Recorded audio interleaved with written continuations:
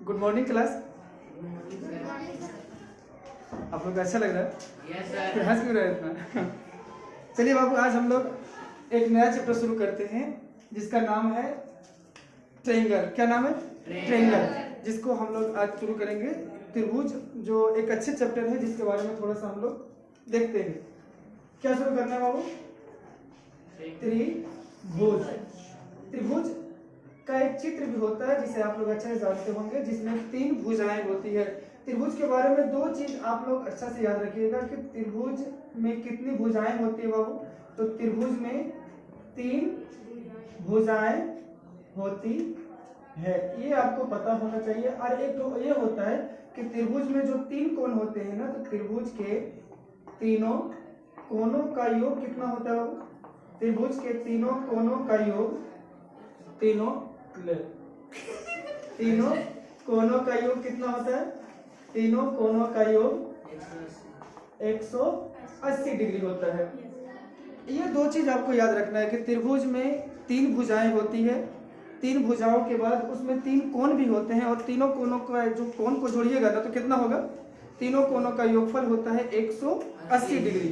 ये आपको 2 चीज हमेशा याद रखना है। अब आखिर ट्रायंगल में और क्या होता है कि ट्रायंगल कितने प्रकार के होते हैं, कितने प्रकार के होते हैं, सबको एक एक करके हम लोग देखते हैं। तो जब ट्रायंगल के प्रकार को पढ़िएगा ना, तो ट्रायंगल के प्रकार को 2 भागों में बांट के हम लोग देखते हैं कि आखिर कितने प्रकार से बांटा जाता है। तो पहली बात देखते हैं हम लोग, ट्रायंगल के 2 प्रकार से बांटते हैं। पहला बांटते हैं हम लोग भुजा के आधार पे। किसके आधार पे? भुजा के आधार पे। तो पहला होता है कि भुजा के आधार पे, पहला होता है कि भुजा के आधार पर त्रिभुज। भुजा के आधार पर कितने त्रिभुज होते हैं वो देखना है। और एक होता है जो आपको पता होगा, कोण के आधार पे। कौन सा हो? कोण के आधार पर त्रिभुज। 2 टाइप से होते हैं, एक होता है भुजा के आधार पे, और दूसरा कितना होता है? दूसरा होता है कोण के आधार पे।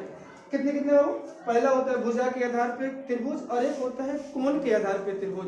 आखिर इसको हम लोग कैसे देखते हैं वो देखते हैं हम लोग। जब भुजा के आधार पे देखिएगा ना, तो भुजा के आधार पर भी त्रिभुज को हम लोग कितने भागों में बांटते हैं बाबू? 3 भागों में बांटते हैं। कितने भाग बांटते हैं? 3 भाग। 3 भाग में कौन कौन सा बोलेंगे? तो एक वो त्रिभुज होता है ना जिसमें सभी भुजाएं बराबर होती है, जिसको कहते हैं हम लोग कौन सा हो? समबाहु त्रिभुज। कौन सा बोलते हैं इसको? समबाहु त्रिभुज। समबाहु त्रिभुज किसे कहते हैं? तो वैसे त्रिभुज जिसकी सभी भुजाएं क्या हो? बराबर। सम मतलब बराबर, बाहु मतलब यहाँ हो गया भुजाएं। तो जिस त्रिभुज की सभी भुजाएं क्या हो? वैसा त्रिभुज जिसकी सभी भुजाएं, अगर मान लेते हैं ये वाला A, तो ये वाला भी कितना? A, और ये वाला भी कितना? A। जब जब त्रिभुज के तीनों भुजाओं का मान बराबर हो तो उसे हम लोग क्या कहते हैं? उसे हम लोग कहते हैं कौन सा? समबाहु त्रिभुज। अगला आता है कौन सा वो? अगला आता है वो जिसको हम लोग कहते हैं समद्विबाहु त्रिभुज। समद्विबाहु त्रिभुज क्या होता है? समद्विबाहु त्रिभुज हम उसे कहते हैं जिसकी 2 भुजाएं क्या हो? जिसकी 2 भुजाएं बराबर हो। तो सम मतलब होता है यहाँ पे बराबर, द्वि मतलब कितना? 2, और बाहु मतलब भुजा। तो जिसकी 2 भुजाएं कम से कम बराबर हो उसे क्या कहते हैं हम लोग? समद्विबाहु त्रिभुज। जैसे मान लेते हैं ये वाला A हो, ये वाला A हो, और ये वाला B हो, तो क्या यहाँ पे 2 भुजाएं बराबर है या नहीं है बाबू?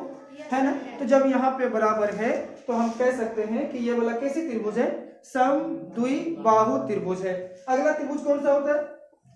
अगला त्रिभुज होता है जिसकी कोई भी भुजाएं बराबर नहीं होती है। जैसे देखिएगा कि कोई त्रिभुज बनाते हैं, टेढ़ा मेढ़ा कैसे उसको खींच देते हैं हम लोग, नहीं? जैसे मान लेते हैं यहाँ पे A है, ये वाला B है, ये वाला C है, कुछ पता नहीं चलता, कने पचकल रहता है, कने कुछ रहता है, बस लिख देते हैं उसको, नहीं? तो वैसे त्रिभुज जिसकी कोई भी भुजा आपस में बराबर नहीं हो उसे हम लोग क्या कहते हैं? और नाम नहीं लिखे, इसको क्या कहते हैं बाबू? इसको कहते हैं हम लोग विषम बाहु त्रिभुज।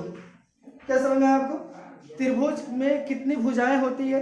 त्रिभुज में 3 भुजाएं होती है। हमेशा त्रिभुज 3 भुजाओं से मिलकर बने होते हैं।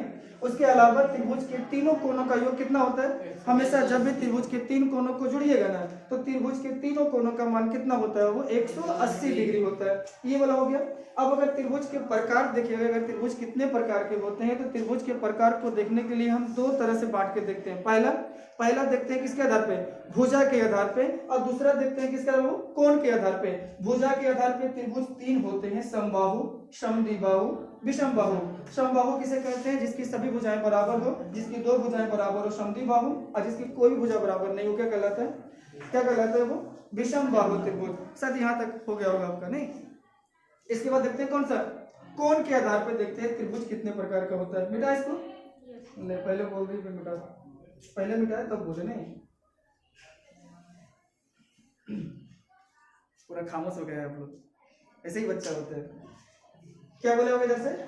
हाँ, एक त्रिभुज कौन सा होता है? एक त्रिभुज होता है कि कोण के आधार पे कितने त्रिभुज होते हैं। कोणों के आधार पर त्रिभुज, कोणों के आधार पर त्रिभुज कितने होते हैं? तो इस पे भी कितने होते हैं? इसमें भी हम लोग बांटा गया कितने प्रकार का? इसमें बांटा गया है 3 प्रकार के त्रिभुज। कितने प्रकार का? बोलवे नहीं करते।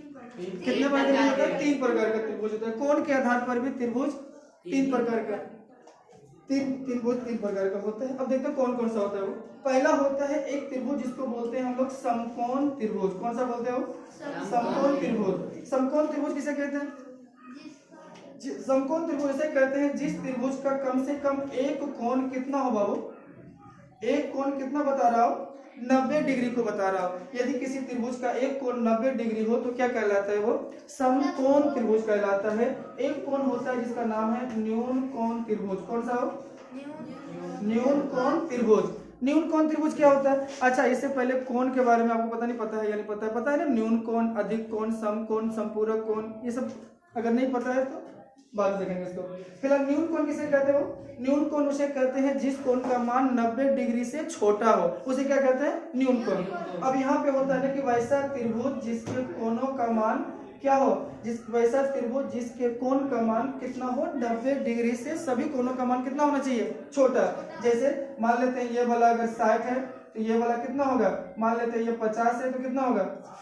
60, 50, 110 आ चुकी। तीनों का मान कितना होता है? 180, कितना हो जाएगा? 70 होगा क्या? नहीं होगा। तो ये कैसा त्रिभुज होता है? न्यून कोण। न्यून कोण त्रिभुज उसे कहते हैं जिसमें किसी भी कोण का मान 90 डिग्री से ज्यादा नहीं हो, यानी 90 डिग्री से सबका मान छोटा हो, वो कहलाता है न्यून कोण। अगला आता है आपका कौन सा हो? अधिक कोण त्रिभुज। अधिक कोण त्रिभुज। मजा आ रहा है, देखिए तो लोग कितना शांत हो गया है। खैर, क्या बोला वो? अधिक कोण त्रिभुज क्या होता है वो? अधिक कोण त्रिभुज किसे कहते हैं? अधिक कोण त्रिभुज कहते हैं हम लोग उसको जिसमें कम से कम, आपको पता है अधिक कोण किसे कहते हैं? अधिक कोण उसे कहते हैं जिसमें एक कोण का मान 90 से 180 के बीच में हो। नहीं तो इसमें वैसे त्रिभुज या वैसा त्रिभुज जिसमें कम से कम एक कोण का मान कितना हो बाबू?